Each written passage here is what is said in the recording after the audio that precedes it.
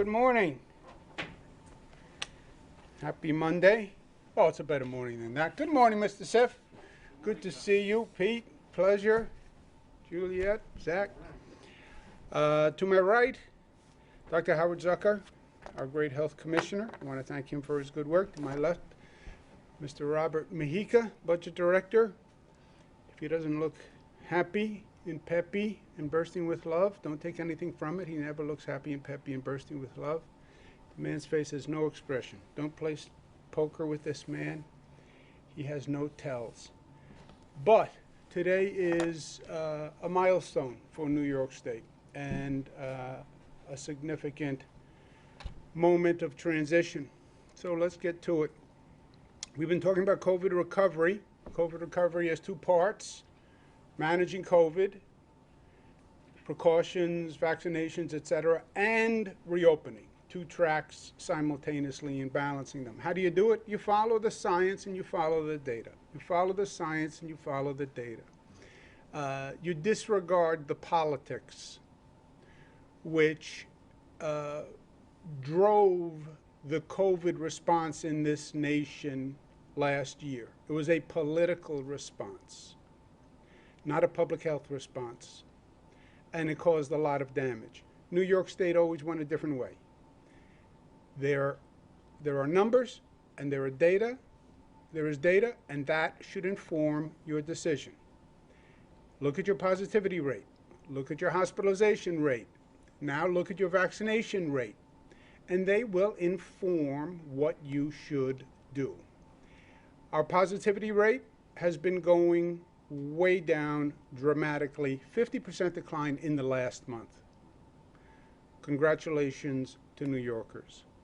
Hospitalization rate, skiing down the mountain, 38% decline over the last month. Vaccination rate, the exact opposite, has been going straight up. We're now 9 million New Yorkers with at least one dose. 7 million New Yorkers fully vaccinated, okay? Numbers overall, 1.9. 37 people still passed away yesterday, and there were no thoughts and prayers, but that's to chasten the exuberance. Well, it's over, hallelujah, spring is here. Yeah, 37 people died. So it's not over. Still variants across the state. Why? This is a function of community behavior. Western New York is still the highest. They're down, but they are still the highest. New York City, Brooklyn is actually higher now, which is a change. We've had Staten Island, which has had the highest positivity for quite some time. Not much of a difference. We're talking about 2.05 to 2.09. I don't even know that statistically that's relevant. Vaccinations, 15 million total. 9 million at least one dose, 7 million fully vaccinated, 35% of the population. Per the CDC, New York State has the highest number of adults fully vaccinated than any other large state. Thank you, New Yorkers. We still have more to do on the vaccinations, and the vaccinations are key. This is the vaccination rate by week, which is interesting. We started back in March, and we started slowly, doing 1.3 million a week. And then we've been promoting it, we've been advertising it. I've been traveling all over the state, giving everybody I know a vaccine. It's safe. President has been talking about the vaccines. Went up April 5th, went up April 12th. Dropped April 19th, dropped April 26th. Why the drop? That's something we're studying. Obviously, the New Yorkers who were most eager to get the vaccine went out first. They got it. And now you're having New Yorkers who are less eager to get it, right? Remember in the beginning, people were going on the website every 20 seconds and hitting the refresh button to get it. We're past that population. Anybody who can get a vaccine now can just walk in and get it. There is no barrier to a vaccine. But you're starting to deal with a population that is just less eager to get it. That's true. Some people hypothesize, well, after the J&J pause, maybe that made people rethink. Nobody has any data on that. I think the J&J pause should have shown people the exact opposite. If they paused the vaccine because one person out of 1 million had a reaction, that means they're studying these vaccines very carefully, and you should take comfort in that fact. But we're seeing the number drop, slight tick up last week, but you can see we're much lower than where we were. Who are the groups we're targeting on the vaccination? Youthful and the doubtful. Those are our words. They're not like scientific words. Younger population and populations that have doubts. And we're working very hard to get to younger people, incentives for younger people. I've asked high schools to organize events where they drive their students to a mass vaccination site. Put them on a bus and bring them to a mass vaccination site.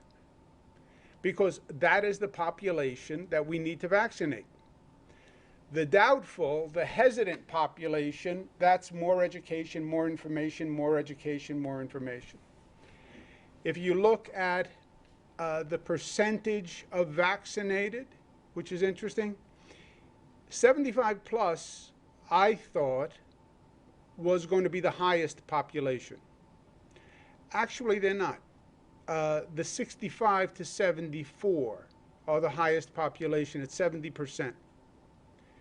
Now, there was a lot of emphasis on older people should get vaccinated, but 65 to 74, the highest, you see it goes down by 55, 45, 35, 26. Lowest is 16 to 25. Why? Well, first of all, they were most recently eligible. They weren't eligible in the beginning. Second, some of them do have the superhero complex. I'm young, I can get it, I'll be fine, don't worry about me. I remember early on, there were young people who were down in Daytona Beach. I don't know if you remember the news story.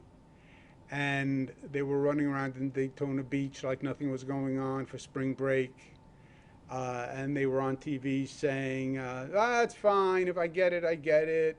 It's nothing. There's part of that. They were most recently eligible. And there is an attitude that they'll be fine. Why should they take the vaccine? My argument is, yeah, maybe you'll be fine. And by the way, you don't know that either. We've had a lot of young people who have died. Maybe you will get a long-haul syndrome that we're not really sure what it is yet, but a lingering consequence of COVID. Or maybe you go home and kiss your grandmother and wind up killing your grandmother. So show some civic responsibility. But that's our target. The doubtful, vaccine hesitant, anti-vaxxers are about 20% of the population. And that's going to be a hard population to reach, but we're working on it all the time. If there's one thing that the global healthcare community agrees on with COVID, and different people tell you different things every day, but I think if they agreed on one thing, the more vaccinated, the better. And that's why we're working very hard. But look, it is irrefutable when you look at the numbers that New Yorkers have made tremendous progress. All the arrows are pointed in the right direction, have been for a while, and are dramatically pointing in the right direction. So it's time to readjust the decision made on the science and on the data, right? So today we announced a major reopening of New York State on May 19th. The key is a smart reopening. Reopening is not a light switch. We said this from the beginning. It's not fully close the light switch, fully open the light switch. It's a smart reopening. It's a measured reopening. It's a phased reopening. But we are at a point now where we are going to take a major step forward in reopening. When we did the close down, if you remember, we did it on a regionally coordinated basis. We live in a tri-state area. New York shouldn't be a competitor or an encumbrance to New Jersey or to Connecticut. If we are not coordinated, what you'll do is you'll drive people from New Jersey to come to New York. You'll drive people from Connecticut to come to New York. Or you'll drive people from New York to Connecticut. If we say the restaurants are open in Connecticut, but not in New York, you'll have New Yorkers driving to Connecticut. You'll have New Yorkers driving to New Jersey. The coordination is important because you're a mobile population. That's why it's important that Westchester has the same rules as New York City, as Nassau, or Suffolk. Otherwise, you just shop locale. Makes no sense. So we worked with New Jersey, New York, other states on a Northeast coalition. That's how we closed down. And that's how we're going to reopen, because the same theory is true. If New York has dramatically different rules than New Jersey, than Connecticut, you'll see people driving back and forth, and that helps no one. So we've been working with a coordination plan, especially on the tri-state area. And what we've agreed on a regionally coordinated basis, beginning Wednesday, May 19th, most capacity restrictions will end across the tri-state area. That includes retail stores, food services, gyms, fitness centers, amusement and family entertainment, hair salons, barber shops, offices, etc. No capacity restrictions on all of those activities. Museums, theaters, Broadway, retail, shops. Now, they may make their own economic decision as to when they need to reopen because they can have critical mass. We're talking to Broadway. Broadway, for example, has a schedule. They have to produce a play before they can sell the play. So there's a schedule for them. But from a capacity point of view, they can all reopen on May 19th. Offices also. New York State, we have slightly different rules than the tri-state coalition. And our variances are, as we've said, outdoor food and beverage curfew is lifted on May 17th. What does that mean? Outdoor restaurants, outdoor bars. The curfew is lifted on May 17th. Indoor food and beverage, indoor restaurant service, curfew is lifted May 31st. So we go right back to the old rules. Indoor catered events, the limit increases to 250, but if they do testing, it goes to 500 on May 19th. Residential gatherings go to 50 on May 19th. Outdoor large stadiums go to 33% on May 19th. This is the Mets, this is the Yankees. It goes to 33%. We're still working with New York, New Jersey, Connecticut on a joint protocol that would allow us to go higher with a testing or vaccinated caveat. So for non-vaccinated people, you have X percent. If you have vaccinated people or people who took a test, you have an additional capacity. We're working through that now. But for now, the stadiums are at 33%. In New York, we're going to keep the 6-foot CDC requirement because we do err on the side of safety. CDC keeps the 6 foot social distancing requirement. That is still in effect. So our capacity restrictions are subject to the 6 feet, right?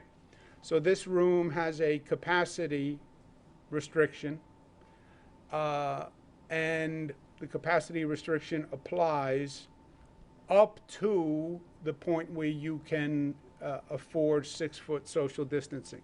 If the CDC changes their guidance, then we'll change our guidance. But having said that, for events that can show proof of vaccination or recent negative tests, the 6-foot limit does not need to apply, okay?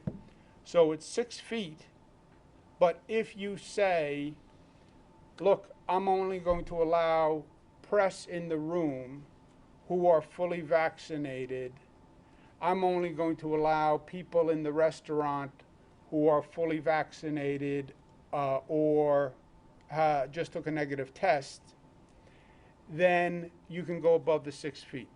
We started this with the playoff games in Buffalo. If you are vaccinated, you are in a different situation. If you have a recent PCR test, then you are in a different situation. I prefer vaccinated.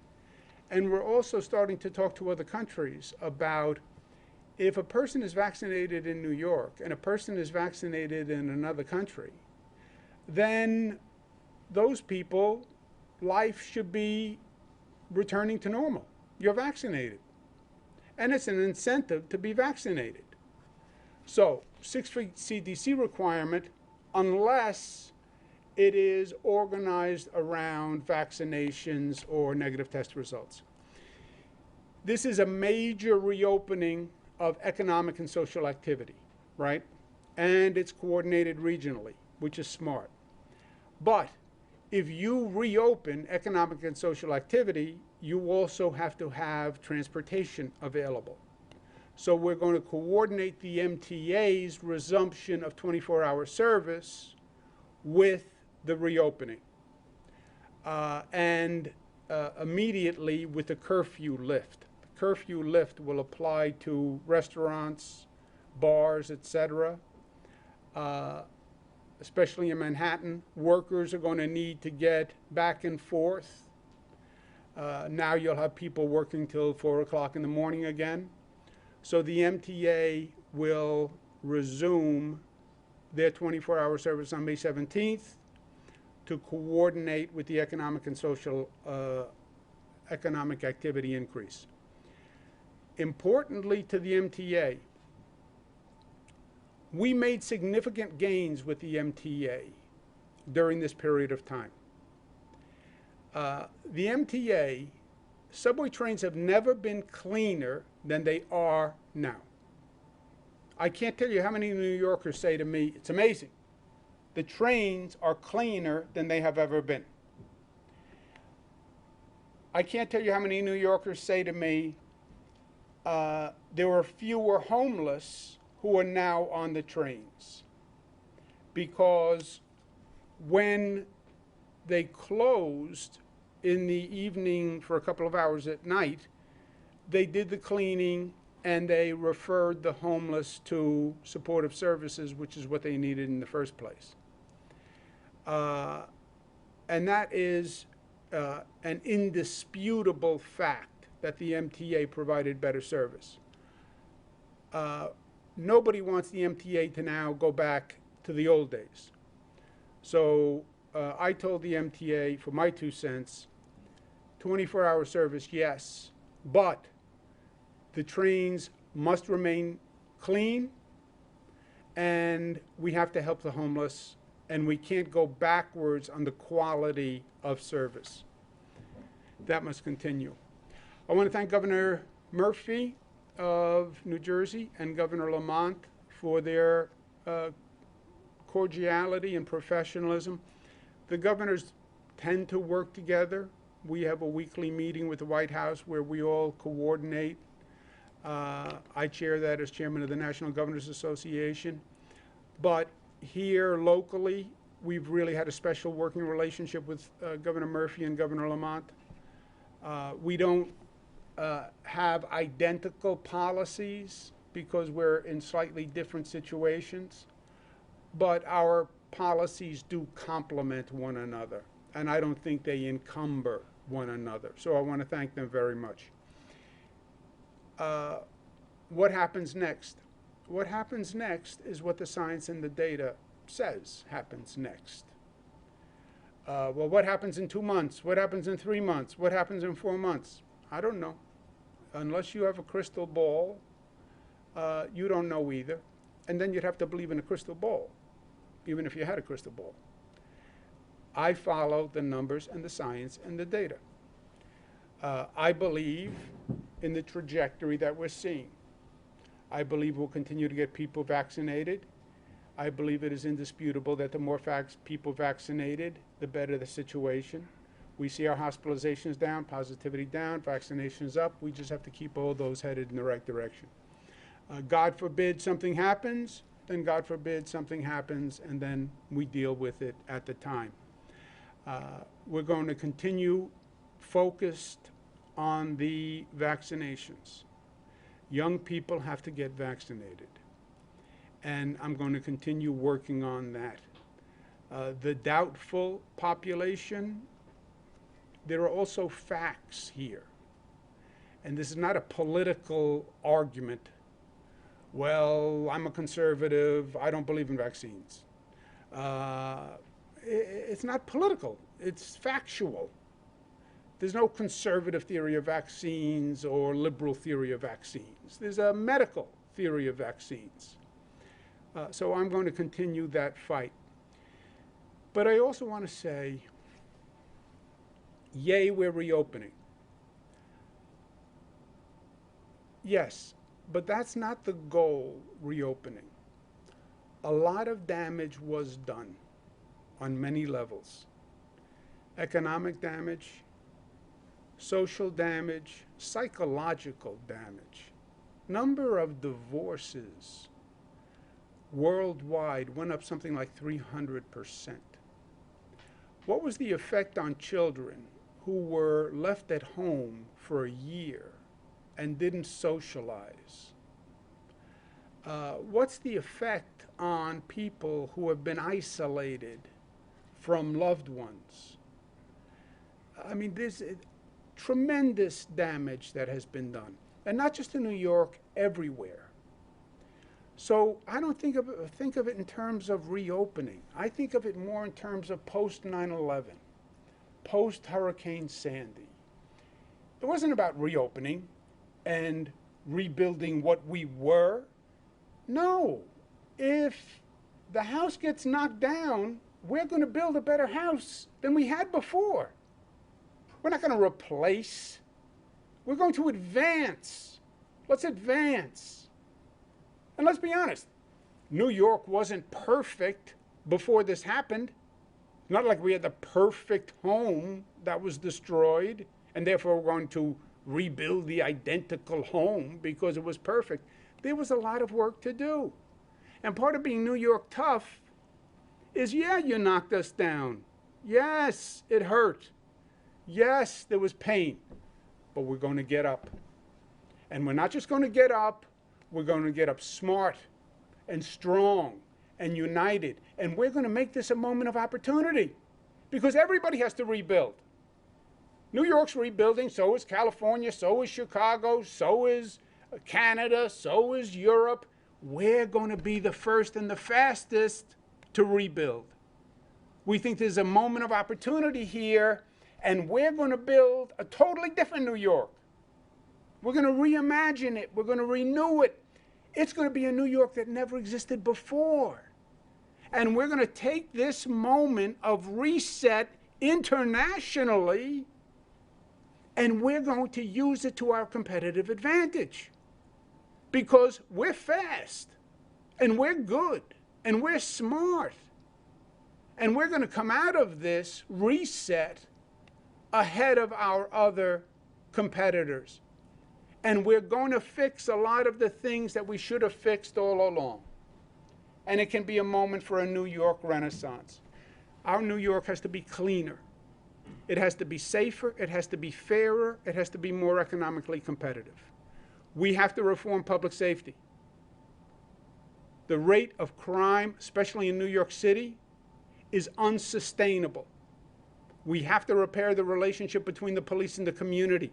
It has to be done. It came to a head at the George Floyd killing. It still hasn't been fully resolved. That has to be done. You know what New York's economics are tied to? The crime rate. Go back and look at the crime rate and look at the economic activity rate. When crime goes up, the economy goes down. We have to repeal SALT because the taxes on the middle class, property taxes, are a killer in this state. Yes, we're the greatest state in the nation. How much of a premium do we expect people to pay to live here? The federal government did it. It was an attack. It was wrong. It was political. Every federal politician promised to redo it. Chuck Schumer said, I promise. Kirsten Gillibrand said, I promise. Jerry Nadler said, I promise. All right, repeal SALT. Because when President Trump did it, they all put out statements saying, we're going to repeal it. It was terrible. Repeal it. That is a major tax cut for New Yorkers. We're going to rebuild our infrastructure, our mass transit system, which should have been done years ago, and we're going to lead the nation in the green economy. Period. Because that is the future. And whoever gets there first wins. And we're going to learn from this COVID nightmare that took this country unprepared, and we're going to have the best public health system in the nation. That's how you seize this moment, to have a New York that's better than ever. And we will. Questions? Governor, do you have full faith and confidence in the investigation by the Attorney General? Because a couple of weeks ago, one of your top advisors put out a statement saying that she has ambitions to run for governor, which would seem to undercut it. How do you reconcile those two things, especially if you're telling some, particularly in the Assembly, to have faith in her investigation? I'm not telling anyone to have faith in anything. I didn't tell the Assembly to have faith in anything. Everybody makes their own decisions. Let the reviews go on, and then I'll comment at the appropriate time.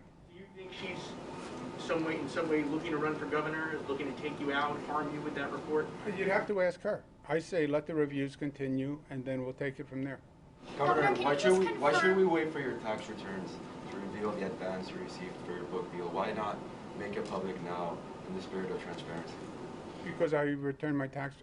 I have released my tax returns every year when I release my tax returns. Well, you know the number now. Why not make it public? Because I release them when my tax returns are done, and I file my tax returns. That's when I do it. Governor, there's a case in the Bronx yesterday where a judge set bail on a person who was destroying windows in synagogues across the city for about 11 days straight. And the judge, even though it's bail reform, made it a non-bail settable offense, however you say that. The judge set bail on it and then was later, like hours later, overturned on it, and the person walked out, no bail. Did you see that story? Do you agree with the first judge's attempt to, because of hate crimes are not addressed in bail reform? Do you think they need to be revised to deal with hate crimes? Yeah, I hear the question. It's a good question. I haven't heard about that. I haven't read that story. So let me find out the facts, and then I'll get back to you. Andrew? Yes or no? Governor, on the MTA, two questions. First on the MTA. The original reason to stop 24/7 service was to do the deep cleaning because there were concerns about COVID spreading from surfaces. We've known for months that that isn't the way COVID spread. So why did it take until May 17th to restore service? Was it because you and the MTA did not have a homeless plan for what to do with the folks who sleep on the trains in the middle of the night? Well, let's be careful with what we say of facts, Andrew. We were told initially that transmission service was a major source of transmission. Surface transmission was a major source. Then that started to change over time. When they first said surface transmission was a big deal, we went and found all sorts of chemicals, we did deep cleanings, etc. They then started to say, well, surfaces aren't that big a deal, but they've never said surface transmission is irrelevant. And you put people on a train, you sneeze into your hand, you grab the rail, I'm behind you, and I grab the rail, I think Dr. Zucker would say, I'm in danger of catching the COVID from you. So cleaning is still important. Not as urgent as they said it was initially, but it's still important. And you're trying to build confidence for people to get back on the subways. I want to know the subway's clean. You know, you want me to get back on the subway? You know, you make it sound like, not you, but people think, well, if you change a rule, then people will do it. No, it's not about government rules anymore. This is about people's own common sense. People said, I don't want to get on the subway.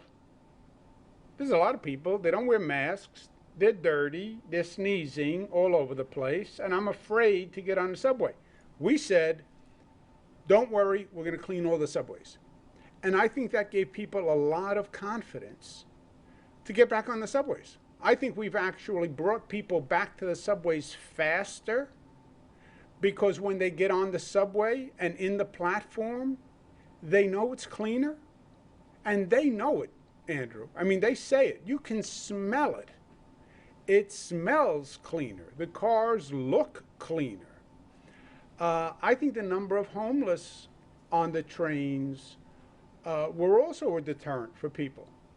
I think people saw homeless people on the trains. They didn't know if they were vaccinated. Many weren't wearing masks, etc. And I believe that was a deterrent. And to the extent that you did a deep clean and you got people off the train, homeless people off the trains and into services, which is what should have been done anyway, right? This is a total social error where we say, we're proud we let the homeless sleep on the trains. Why are you proud that you let the homeless sleep on the trains? Why are we proud that we let human beings sleep on the train? I think they have a right to sleep on the train. Yeah, but why would you want them to? Why would you want to get them the help they need? Well, they're afraid to go into the shelter because the shelter is dangerous. Sleeping on a subway car is dangerous. The shelters are worse than a subway car, then fix the shelters. You know, we've gotten to this point where we accepted, well, the subway system is really a homeless system. They sleep on the benches, they sleep on the cars. No, I don't accept that. So, yes, it was also an opportunity to bring in social services, make the connections with the homeless, and get the homeless the care they need. Not a bench in a station, not a bench in a car. And that was doing the right thing. I want to make sure they don't revert to the old days, which were wrong. And what was the differential? They said the differential was, well, we closed for a couple of hours, and we got the NYPD to cooperate in helping us refer the homeless to social service providers, right? That was new, Andrew. I'm saying that can't be reversed. The NYPD has to continue to help the MTA, because the NYPD is the police force for the subway system. The NYPD has to continue to help refer the homeless to social services. We can't turn the subway system back into a mobile running homeless system.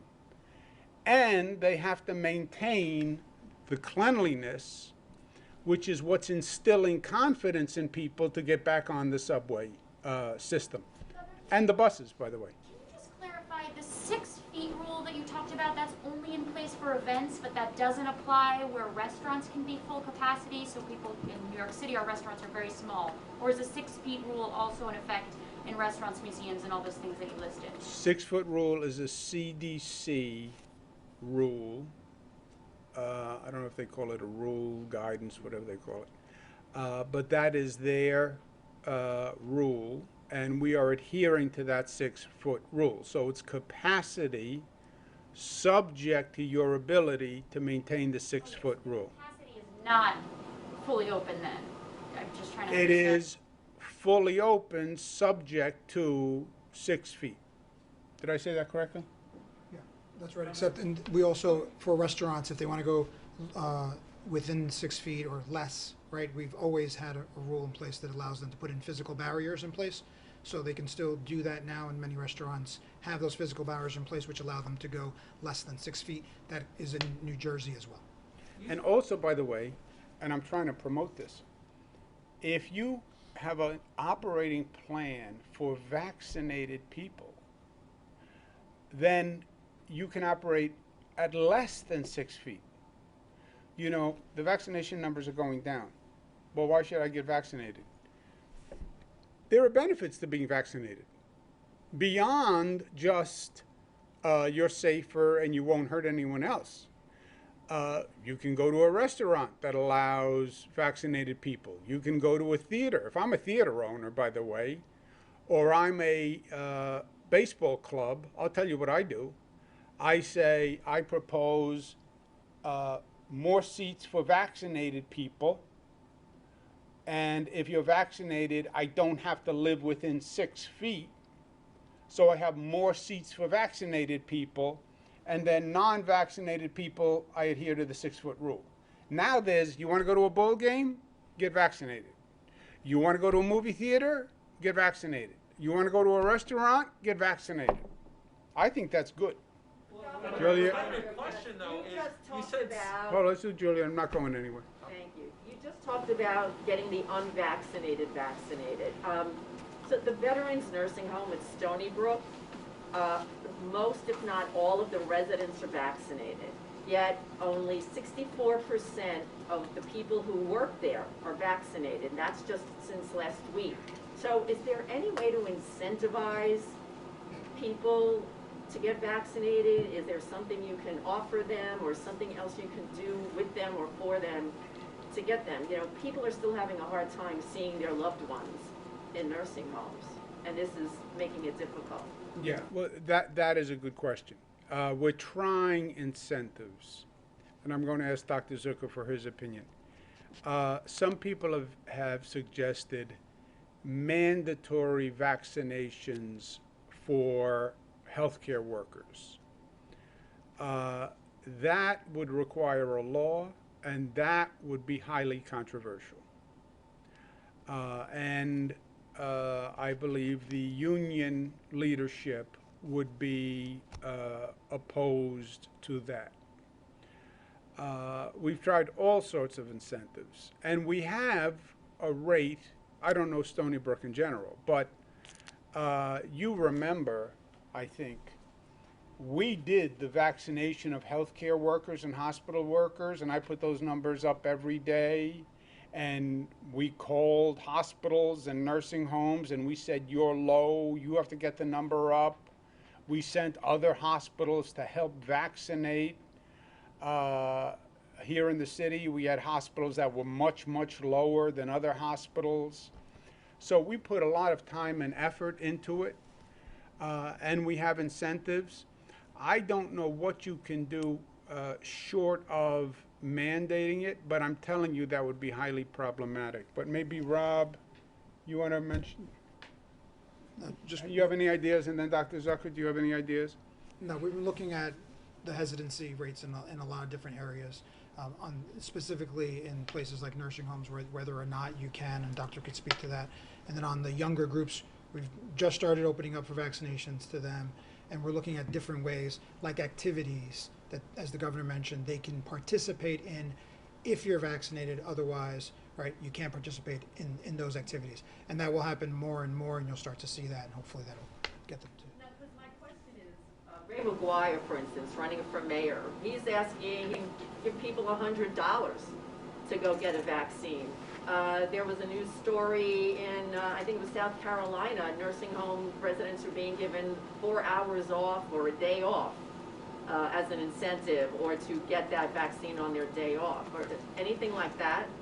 We have done things like that, and organizations have done things like that. And we have done people get time off to get a vaccine. We haven't done the financial incentive, but we have done many incentives like that. It's free, and your employer has to give you the time, etc.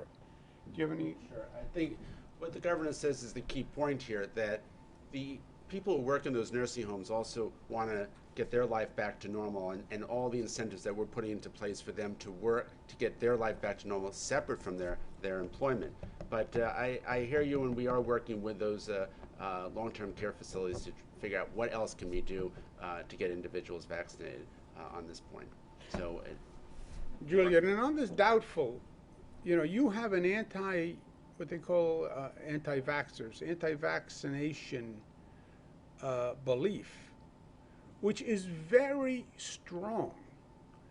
I know, because they demonstrate against me all the time. They just are anti-vaccination, period. Not just anti-vaccination COVID. We went through this with measles.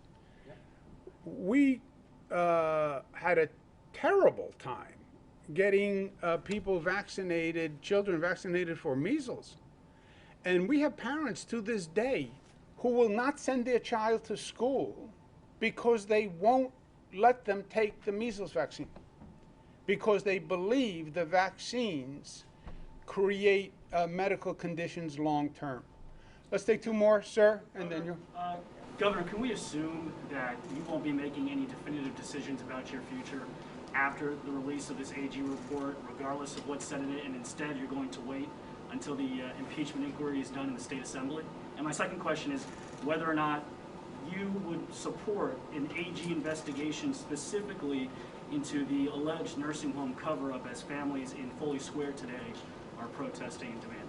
Yeah, nursing homes is being looked at by the Eastern District.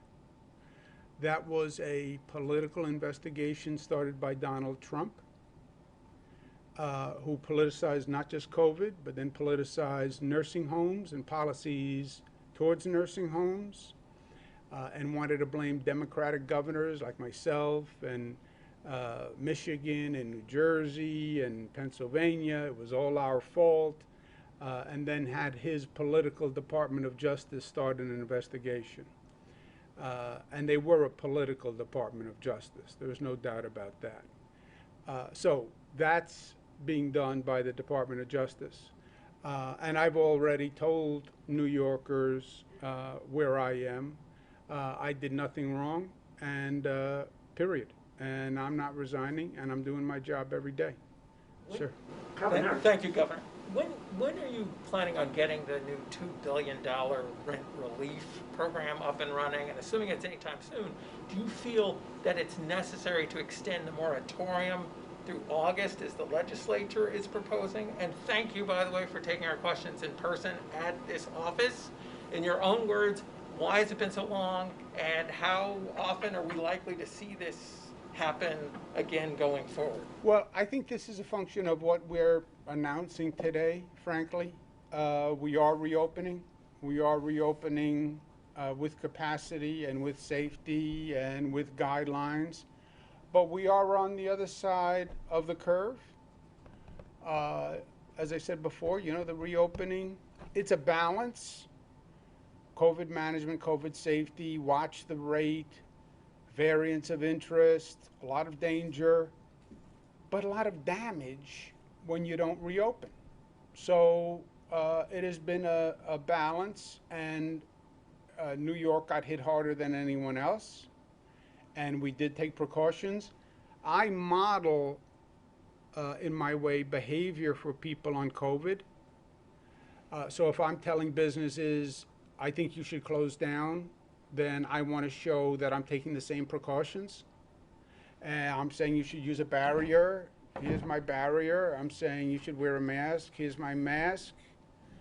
I'm saying avoid in person. Okay, we'll do Zoom press conferences. Like I was encouraging all sorts of businesses to do Zoom.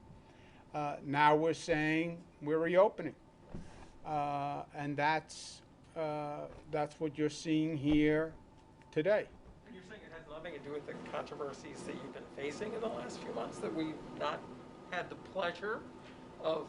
No, I had done that before, right? We had stopped the in-person before any of that. That was all COVID related. The moratorium, you didn't answer the question about the moratorium. Oh, the moratorium. Yeah, Do you know when Rob? So we expect to have the applications ready by the end of this month, by the end of May. So those will then go out, and then there's an accelerated process, a 30-day process and a 60-day process for renters and landlords to participate. So the moratorium extending through August, right, gives a couple of months after the application is due, effectively at the end of the applications come out, which is at the end of the month. Yeah, because remember, these are massive, complicated programs. Both the tenant relief and the small business relief. And you have to write regulations, you have to make sure there's no fraud, you have to send out the application, you have to fill it out, it has to come back, it has to be verified.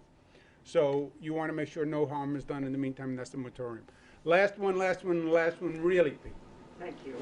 Governor, speaking of getting people back on the subways, does it help when MTA officials are bad-mouthing the safety of the system, which they've done?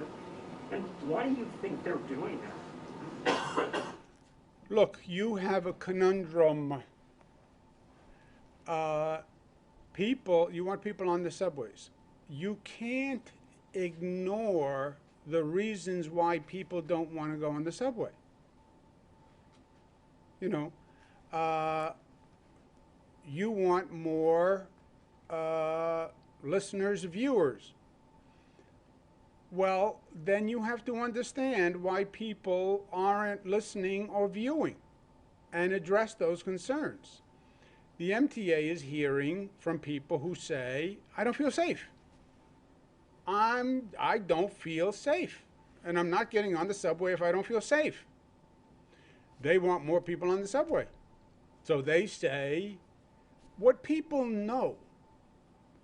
You know, I relate to it because,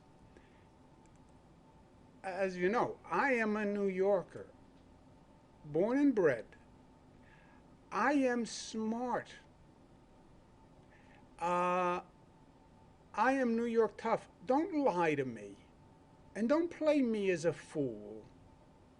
Come on the subway. It's safe. Oh, really?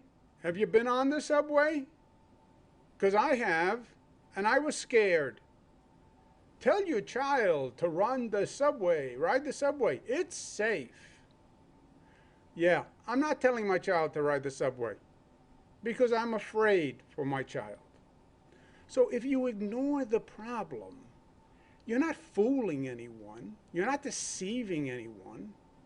You can't say to anyone in New York City today, don't worry, it's safe. I mean, all of you guys are reporting every day increase in crime, increase in gun crimes. You know, people are smart. Tell them the truth. The truth works, right? And acknowledging the problem. A problem you deny, you will never solve. A problem you deny, you will never solve. That's where I get into trouble in life, because I state the problem. And people say, oh, nobody wants to hear that problem. I know, but if we're not honest about the problem, then we're in denial, and then we're never going to solve it. The subways have to be safe. New York City has to be safe. Open the restaurants, go back to the theaters. Safety. I've been there, I've lived this. You look at the rate of crime, look at the exodus from the city, and they are correlated. I'm old enough to remember what it was like when the city was scary, and what it was like to ride the subways and get on the train and walk through the train until you found the car that had a policeman in it. And you sat in the car with the policeman. And that made you feel safe. Now you don't even have a cop on every train. Isn't safety about getting more people into the system? And is this counterproductive when you talk about don't come back, it's not safe? No, they don't say don't come back. They say it has to be safer and we want you back. That's what is the smart message. Now, this is an MTA board member. I'm speaking for the MTA board, which I don't mean to do. But as an MTA board member, what would you say? No, the MTA is launching a campaign, right, to take the train and to have people riding again. But you, as the governor mentioned, you can't ignore the fact that we did a survey comes back. The top thing that people are concerned about is safety on the subway. So as part of the Take the Train campaign is make sure we have police officers on the subway, make sure there's a plan that the city is focused on that relates to the homeless. Let's remember that the subways, we have been phasing them and they have been opened and they've been opening. And even today, they're operating 22 hours a day. They're only closed for 2 hours a day. But we have to acknowledge what people are saying so that when they come back, we're acknowledging it's safer, it's cleaner, and you're going to get there on time. So that is what the board has been talking about this for weeks. And again, they're poised with a campaign to get people to take the trains back, and it's tied to the reopenings. So as you get more people in the offices, more people come back, and they want to come back in a subway system that's cleaner and safer than it was before. Yeah, Peter, let me just say this. I know, let me just say this in closing. Reimagine New York. What is one of the key things we have to do better if we're going to continue to grow? We have to improve mass transit. That's one of the key things. You can't have people getting in cars and commuting. You guys have to get out of the mentality that everybody lives in Manhattan. I'm a Queens boy. Not everybody lives in Manhattan. There's places called Queens and Brooklyn and Nassau and Suffolk and Westchester. The mass transit system has to be better. And it is better. New Moynihan Station. We're rebuilding Penn Station. We're expanding Penn Station. New LaGuardia, air train from LaGuardia. L train tunnel. Performance is better on the trains. Newer trains. More station rehabilitation. Cleaner trains. A clean subway. I've never seen it in my lifetime. Cleaner than I've seen in my lifetime. What's left? Safety. And by the way, the safety in the train is connected to the safety on the street. One of the great police commissioners in New York City said, the subway system is the canary in the coal mine for public safety and the rate of crime. The subway is the canary in the coal mine. The crime rate starts in the subway system. But it's the canary, because then you see it on the street. We're seeing it on the street. You talk about it every day. So forget the canary. The canary, we know the result. It's beyond the canary, it's on the street. But to improve mass transit, and we're spending billions of dollars to it, safety is now the top concern. Say the riders. So what is the MTA supposed to sit there and say to the riders? You're all wrong. It's actually safe. No. It's not safe if I don't think it's safe when I ride the subway. Thank you very much. Thank you. Thank you very much.